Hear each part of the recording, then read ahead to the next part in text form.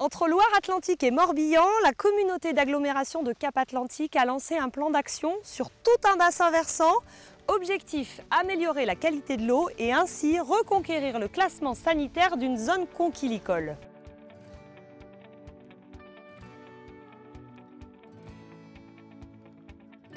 On avait une qualité sanitaire des coquillages qui était dégradée et qui a été même jusqu'à déclasser un site conchilicole qui était de qualité correcte en mauvaise qualité sanitaire et qui a impliqué pour les conchiliculteurs de ne plus pouvoir vendre leurs coquillages comme avant.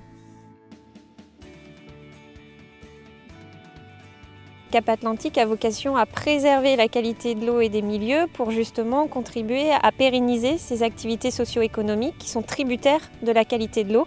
Donc les coquillages, la production de sel, la baignade. Et les coquillages sont aussi des indicateurs, c'est-à-dire que si leur qualité se dégrade, ça veut dire que le milieu en lui-même aussi, il faut comprendre les causes pour améliorer la situation. D'abord, c'est de comprendre pourquoi les coquillages sont contaminés et par quoi. Donc c'est par de la bactériologie, les bactéries qu'on retrouve au milieu qui se concentrent dans les coquillages. On regarde si c'est tout au long de l'année ou sur une période. Et on essaye aussi par des analyses de mieux comprendre d'où vient cette contamination. On peut analyser si c'est d'origine humaine ou animale. Donc ça nous aide à ensuite mobiliser les acteurs et les réunir autour d'un groupe de travail qu'on appelle un comité de pilotage où on retrouve les conchiliculteurs bien sûr, mais aussi les élus, les communes, les agriculteurs. On associe les services de l'État, voire des organismes spécialisés comme l'Ifremer. La démarche, c'est comme une enquête policière et quand on a un faisceau d'indices et quand on arrive à remonter jusqu'à une source de pollution, en fait on discute soit avec l'agriculteur, soit avec le propriétaire de la maison.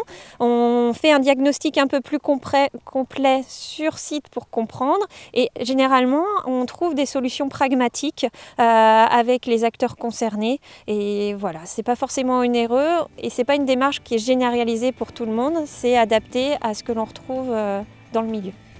Et puis sur les réseaux d'assainissement aussi, il y a notamment à Asserac une station qui devait être réhabilitée et on en a profité pour étudier finalement le traitement qui était nécessaire pour traiter aussi ces bactéries et ne pas avoir d'impact sur la zone conchilicole.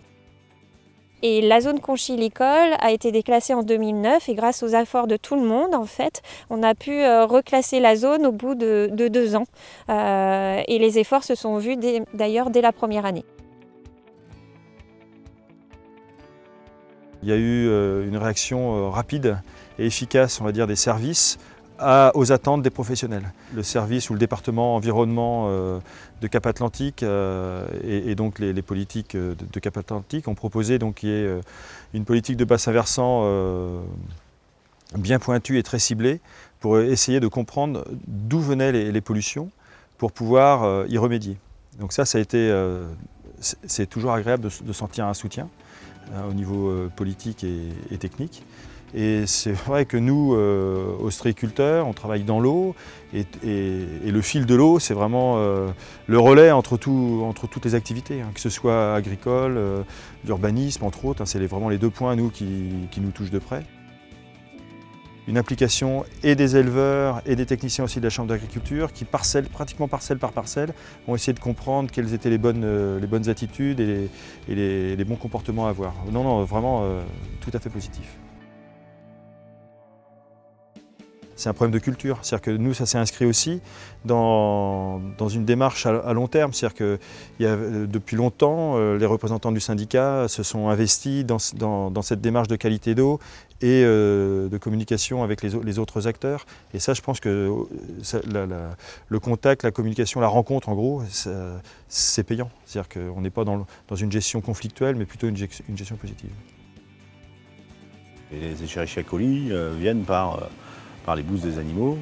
Et donc, on est dans un secteur où il y a du pâturage dans le milieu. Et ce qui fait que quand les animaux ont tendance à traverser les canaux et à déféquer, on a une pollution directe. Donc on a mis en place des mécaniques pour éviter que les agriculteurs laissent les animaux traverser. Il y a aussi toute la problématique d'affouragement ou d'abreuvement dans le milieu. Donc ça, on a expliqué qu'il fallait mieux éviter afin qu'il y ait moins de pollution diffuse. Par contre, il reste toujours le pâturage qui est nécessaire et obligatoire pour entretenir le milieu. Donc, il y aura toujours un bruit de fond de pollution, mais parce qu'on maintient le pâturage dans ces zones humides.